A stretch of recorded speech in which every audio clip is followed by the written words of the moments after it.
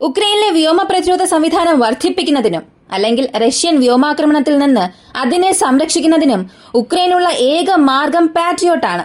എന്നാൽ പാട്രിയോട്ട് ലോഞ്ചറുകളെ സംബന്ധിച്ച് 6 മാസങ്ങൾക്ക് മുൻപ് ഉക്രൈന്റെ പക്കൽ ഉള്ളതുമായി താരതമ്യം ചെയ്യുമ്പോൾ ഇപ്പോ 4ൽ 2 മടങ്ങ് നഷ്ടപ്പെട്ടു.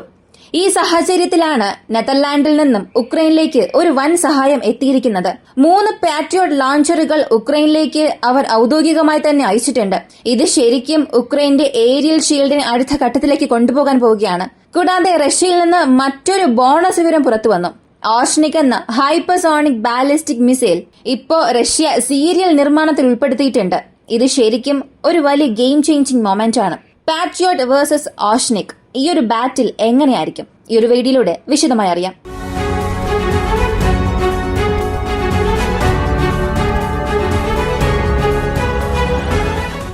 ആദ്യം ഇരു രാജ്യങ്ങളിൽ നിന്നും ലഭിച്ച വിവരങ്ങൾ നമുക്കറിയാം. അതിനുശേഷം നമുക്ക് താരതമ്യത്തിലോട്ട് പോകാം. പാട്രിയോട്ടിനെ സംബന്ധിച്ച് American made surface to air missile system ഇപ്പോൾ ലോകത്തിലെ ഏറ്റവും നൂതനമായ മിസൈൽ വ്യോമ പ്രതിരോധ സംവിധാനങ്ങളിലൊന്ന്.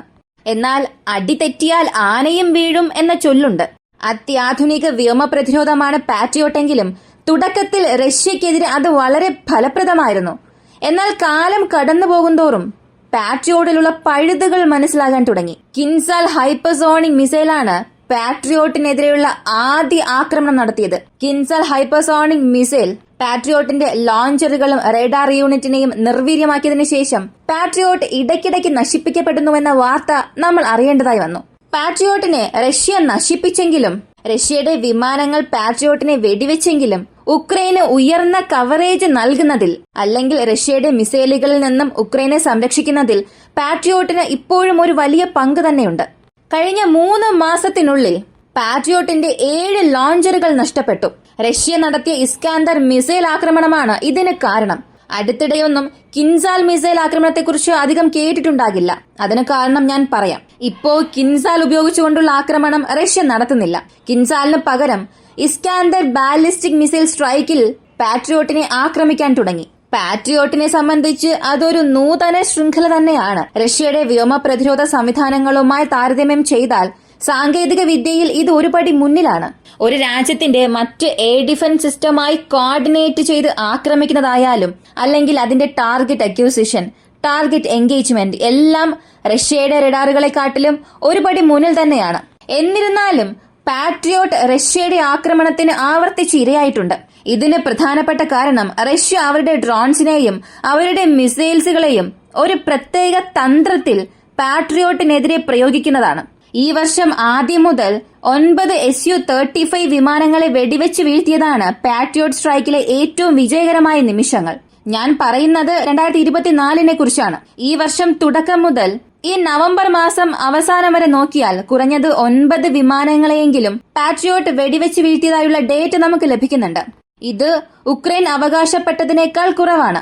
എന്നാൽ റഷ്യ അവകാശപ്പെട്ടതിനേക്കാൾ ഇത് കൂടുതലാണ്. അപ്പോ പാട്രിയോട്ട് കുറഞ്ഞത് 9 വിമാനങ്ങളെയെങ്കിലും വെടിവെച്ച് വീഴ്ത്തിയിട്ടുണ്ട്. എന്നാൽ പാട്രിയോട്ടിനെ റഷ്യ ആക്രമിക്കാൻ തുടങ്ങിയതിനു ശേഷം പ്രശ്നങ്ങൾ അധികമാകാൻ തുടങ്ങി. അവരുടെ പക്കൽ ഉള്ളതും വളരെ കുറവാണല്ലോ. അങ്ങനെ കുറവായ യൂണിറ്റ്സിലും ചില പ്രശ്നങ്ങൾ ഉണ്ടാകാൻ തുടങ്ങി. ഇതിനകം കുറവുള്ള സ്ഥലത്ത് റഷ്യയുടെ ആക്രമണം കാരണം പ്രശ്നങ്ങൾ അധികമാകുന്നു എന്നുള്ളപ്പോൾ മറ്റു മാർഗമില്ലാതെ വീണ്ടും അവർ പാശ്ചാത്യ പങ്കാളികളിലേക്ക് സഹായത്തിനായി പോകുന്നു. അങ്ങനെ എത്ര തന്നെ പാശ്ചാത്യ പങ്കാളികളുടെ അടുക്കൽ പോയാലും ഒരു പരിധിക്കപ്പുറം അവർക്കൊന്നും നൽകാൻ കഴിയില്ലല്ലോ.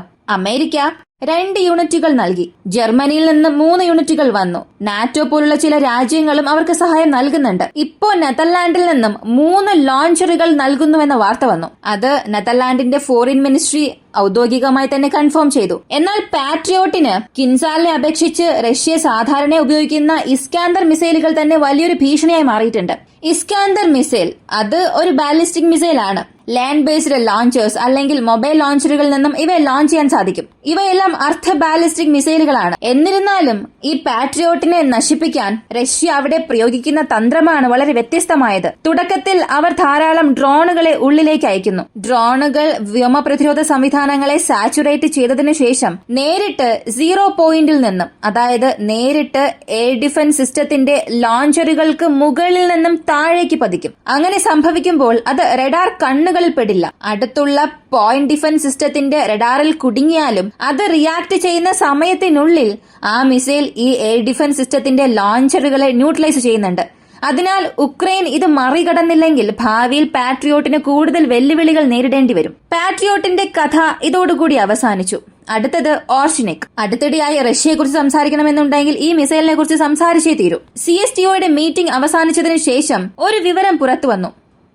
ഞങ്ങളുടെ ഓർഷനിക് അല്ലെങ്കിൽ ഹെസൽ എങ്ങനെ വേണമെങ്കിലും വയ്ക്കാം, രണ്ടും ഒന്ന് തന്നെയാണ്. ഇത് ഞങ്ങൾ സീരിയൽ പ്രൊഡക്ഷൻ ഉൾപ്പെടുത്തിയിട്ടുണ്ട്. ഈ പ്രൊഡക്ഷൻ ഇപ്പോൾ ചെയ്യാൻ പോകുന്നത് റഷ്യയുടെ ടാക്ടിക്കൽ മിസൈൽ കോർപ്പറേഷൻ ആണ്, KTRV. റഷ്യയുടെ ഏറ്റവും പ്രധാനപ്പെട്ട മിസൈലുകൾ RS-26 ഇവയെല്ലാം സീരിയൽ പ്രൊഡക്ഷനിൽ കൊണ്ടുവന്നത് ഇവരാണ് നിലവിൽ റഷ്യയിൽ ഏറ്റവും സങ്കീർണമായ നെറ്റ്വർക്ക് വിതരണം ചെയ്യുന്നത്.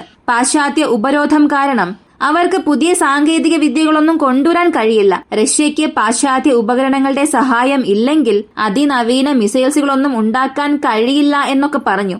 ആ ഇമേജ് എല്ലാം തകർത്തത് ഇവരാണ്. വീണ്ടും ഇവരുടെ പക്കലാണ് ഈ മിസൈൽ സീരീസ് പ്രൊഡക്ഷനിലേക്ക് പോകുന്നത്. ഈ 6 വാർഹെഡുള്ള 6 MIRV വാർഹെഡുള്ള ഈ മിസൈൽ വർഷത്തിൽ ഇരട്ട നിർമ്മിക്കപ്പെടും. ഇങ്ങനെ ഒരു പദ്ധതിയുള്ളതായി ആ കമ്പനിയിൽ നിന്നും ഒരു അറിയിപ്പ് വന്നിട്ടുണ്ട്. എന്നാൽ ഇപ്പോ പറയുന്ന കാര്യം കേട്ടാൽ റഷ്യയെ വിമർശിക്കുന്നത് പോലെ തോന്നാം. എന്നാൽ റഷ്യയുടെ പ്രഖ്യാപനം ഒന്നായിരിക്കും, എന്നാൽ അവർ നൽകുന്ന ഔട്ട്പുട്ട് വ്യത്യസ്തമായിരിക്കും. ഒരു വർഷം ഞങ്ങളെ കൊണ്ട് 100 മിസൈൽ നിർമ്മിക്കാൻ കഴിയും എന്നവർ പറയും. എന്നാൽ അതിൽ 20 നിർമ്മിക്കുക തന്നെ വലിയ കാര്യമാണ്. കാരണം റഷ്യയ്ക്ക് നിർണായക സ്രോതസ്സുകൾ ഇല്ല, മനുഷ്യശക്തിയുമില്ല.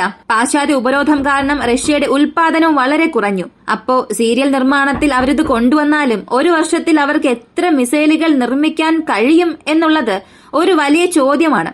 മാത്രമല്ല അടുത്തത് ഈ താരതമ്യം നോക്കാം. Patriot versus Oreshnik. ഇരുവരും തമ്മിലുള്ള യുദ്ധം എങ്ങനെയായിരിക്കും? പാട്രിയോട്ടിനെ സംബന്ധിച്ച് 400-ലധികം കിലോമീറ്റർ അകലെയുള്ള ടാർഗറ്റ്സിനെ ട്രാക്ക് ചെയ്യാൻ സാധിക്കും. മാത്രമല്ല ഒരേ സമയം സൈമൾട്ടേനിയസ് ആയി ഒരു യൂണിറ്റ് ഉണ്ടെങ്കിൽ 12 ടാർഗറ്റ്സിനെ വരെയും ഒരു സമയത്ത് എൻഗേജ് ചെയ്യാൻ കഴിയും. ഇപ്പോ ഈ മിസൈലിനെ സംബന്ധിച്ച് 6 വാർഹെഡ് ഉണ്ട്. അങ്ങനെയാണെങ്കിൽ അവയെ കൊണ്ട് 12 മിസൈൽസ് ഫയർ ചെയ്യാൻ സാധിക്കും. ഇതിൽ 6 വാർഹെഡ് ഉണ്ട്. ഈ ഓരോ വാർഹെഡിന്റെ കൂടെയും 6 സബ്മുനീഷൻസും ഉണ്ട്. മൊത്തത്തിൽ നോക്കിയാൽ ഇതിൽ നിന്നും താഴെ വീഴുന്ന സ്ഫോടക വസ്തുക്കളുടെ എണ്ണം എടുത്താൽ മാത്രം 36 കഴിയും. പക്ഷേ പ്രധാന വാർഹെഡിലേക്ക് നമുക്കിപ്പോൾ ശ്രദ്ധ കേന്ദ്രീകരിക്കാം. പാട്രിയോട്ടിനെ കൊണ്ട് ഇതിനെ ഇന്റർസെപ്റ്റ് ചെയ്യാൻ കഴിയുമോ എന്ന് നോക്കിയാൽ ഒരിക്കലും സാധിക്കില്ല. ഏറ്റവും നൂതനമായ വ്യോമ പ്രതിരോധ സംവിധാനമാണ് പാട്രിയോട്ട്. പക്ഷേ MIRV സാങ്കേതിക വിദ്യ കൊണ്ടുവരാനുള്ള അതുല്യമായ കഴിവുള്ളതാണ് ഈ ഒരു മിസൈൽ. പോരാത്തതിന് ഹൈപ്പർസോണിക് ഗ്ലൈഡ് വെഹിക്കിളും ഉണ്ടെന്ന് പറയുന്നു. ഈ ഹൈപ്പർസോണിക് ഗ്ലൈഡ് വെഹിക്കിളിനെ തടസ്സപ്പെടുത്തുന്ന സാങ്കേതിക വിദ്യ ഔദ്യോഗികമായി ഒരു രാജ്യത്തിന്റെ പക്കലും ഇല്ല. ഓരോ രാജ്യങ്ങളും ടെസ്റ്റിംഗ് ഫേസിലുണ്ട്. ഈ ഹൈപ്പർസോണിക് ഗ്ലൈഡ് വെഹിക്കിൾ വികസിപ്പിച്ചെടുക്കാനുള്ള പ്രാരംഭഘട്ടത്തിൽ പല രാജ്യങ്ങളുണ്ട്. എന്തിന്, നമ്മുടെ ഇന്ത്യ ഉൾപ്പെടെ. എന്നാൽ അതിനെ ഡിഫെൻഡ് ചെയ്യാനുള്ള സാങ്കേതിക വിദ്യ ഇതിനകമുള്ള മിസൈലുകളിൽ ചെറിയ ചെറിയ ഓൾട്ടറേഷൻസ് ചെയ്ത് അതിനെ ഡിഫെൻഡ് ചെയ്യാൻ ശ്രമിക്കാം എന്ന് പറയുന്നതല്ലാതെ അതിനപ്പുറം അതിനെ കൊണ്ട് ഇത് ചെയ്യാൻ സാധിക്കും, ഇന്റർസെപ്റ്റ് ചെയ്യാൻ കഴിയും എന്ന് നമുക്ക് ഒരിക്കലും ഉറപ്പ് നൽകാനേ കഴിയില്ല. അപ്പോ പാട്രിയോട്ട് വേഴ്സസ് ഓർഷനിക് എന്ന യുദ്ധം വരുമ്പോൾ 99% ഇപ്പോഴുള്ള സാങ്കേതിക വിദ്യ അല്ലെങ്കിൽ ആ ഒരു സവിശേഷതകളിൽ തീർച്ചയായും സാധ്യമല്ലാത്തൊരു കാര്യമാണ്. അതിന് കാരണം പാട്രിയോട്ട് ഒരിക്കലും ശക്തമല്ല എന്നല്ല, അകത്തേക്ക് വരുന്ന ഈ ഒരു മിസൈൽ അതിനേക്കാളും ശക്തമായതാണ്. അതിന്റെ വാർഹെഡ്സ് മെനുവർ ചെയ്യുന്ന മെക്കാനിസം കാരണം ഇന്റർസെപ്ഷൻസ് ഏകദേശം അസാധ്യമായ കാര്യമാണ്. അതുവരെയും റഷ്യ ഉക്രൈൻ യുദ്ധം പോവുകയാണെങ്കിൽ, വീണ്ടും ഇതുപോലുള്ള പ്രധാനപ്പെട്ട എസ്കലേഷൻ സംഭവിക്കുകയാണെങ്കിൽ ഇവയെല്ലാം നമുക്ക് വീണ്ടും കാണാൻ കഴിയും. ഇതിനിടയിൽ മറ്റൊരു പ്രധാനപ്പെട്ട വാർത്ത പറയേണ്ടതുണ്ട്. അടുത്തിടെ റഷ്യക്കെതിരെ സെലൻസ്കി ഒരു പ്രസ്താവന പുറത്തുവിട്ടു. അതിൽ അദ്ദേഹം പറഞ്ഞത് ട്രംപ് അധികാരത്തിൽ വരുന്നതിന് മുൻപ് അല്ലെങ്കിൽ അദ്ദേഹം അധികാരത്തിൽ വന്നതിനു ശേഷം ഈ റഷ്യ ഉക്രൈൻ യുദ്ധം അവസാനിപ്പിക്കാതിരിക്കാനാണ് പുടിൻ ഇങ്ങനെയെല്ലാം ചെയ്യുന്നത്. പുതിയ രീതിയിലുള്ള മിസൈൽസ് എല്ലാം ഉക്രൈനിൽ ഫയർ ചെയ്യുന്നതും പുതിയ സാങ്കേതിക വിദ്യകളെല്ലാം ഉക്രൈനിൽ ഉപയോഗിക്കുന്നതും എല്ലാം ഇതിന്റെ ഒരു പ്രകടനമാണ്. റഷ്യ ഉക്രൈൻ യുദ്ധം അവസാനിക്കരുത് എന്നുള്ളതിൽ അദ്ദേഹം വളരെ ആഗ്രഹത്തോടുകൂടി കാത്തിരിക്കുകയാണ്. റഷ്യൻ റെജിമെന്റ് ആക്രമണാസക്തമാണെന്നും അദ്ദേഹം പറഞ്ഞു. സത്യത്തിൽ റഷ്യയാണോ ഇവിടെ യുദ്ധം നീട്ടിക്കൊണ്ടുപോകാൻ ആഗ്രഹിക്കുന്നത്? ഈ യുദ്ധം ഇത്രത്തോളം വർദ്ധിക്കാൻ രൂക്ഷമായ കാരണം തന്നെ സെലൻസ്കിയാണ്. അമേരിക്കൻ ഭരണകൂടം ഒരു അനുമതി നൽകിയതിനു ശേഷം ആവശ്യമില്ലാതെ ATACMS അകത്തേക്ക് ഫയർ ചെയ്തില്ലായിരുന്നെങ്കിൽ റഷ്യ അങ്ങനെ ഒരു മിസൈൽ അയച്ചിരിക്കില്ലായിരുന്നു. റഷ്യ കിഴക്കൻ മുന്നണിയിൽ മുന്നേറുന്ന വേഗത കൂടുതലാണെങ്കിലും അധികമായി പ്രശ്നങ്ങൾ ഉണ്ടാക്കുന്ന ഏതൊരു മിസൈൽസും ഉക്രൈനിൽ അവർ ഫയർ ചെയ്തിട്ടില്ല. ചെയ്യുന്നതെല്ലാം ഉക്രൈനാണ്. അവസാനം യാതൊരു ബന്ധവുമില്ലാത്തതുപോലെ ഞങ്ങളൊന്നും ചെയ്യുന്നില്ലല്ലോ എന്ന രീതിയിൽ മാധ്യമങ്ങളുടെ മുൻപിൽ വന്ന് കീഴടങ്ങും. ഈ ഒരു വീഡിയോ കുറിച്ചുള്ള നിങ്ങളുടെ അഭിപ്രായം കമന്റിൽ പറയുക. വീഡിയോ ഇഷ്ടമായാൽ ലൈക്ക് ചെയ്യുക, ഷെയർ ചെയ്യുക. നമ്മുടെ ചാനൽ ആദ്യമായി കാണുന്നവരാണെങ്കിൽ മറക്കാതെ സബ്സ്ക്രൈബ് ചെയ്ത് സപ്പോർട്ട് ചെയ്യുക. മറ്റൊരു വീഡിയോയുമായി വീണ്ടും കാണാം.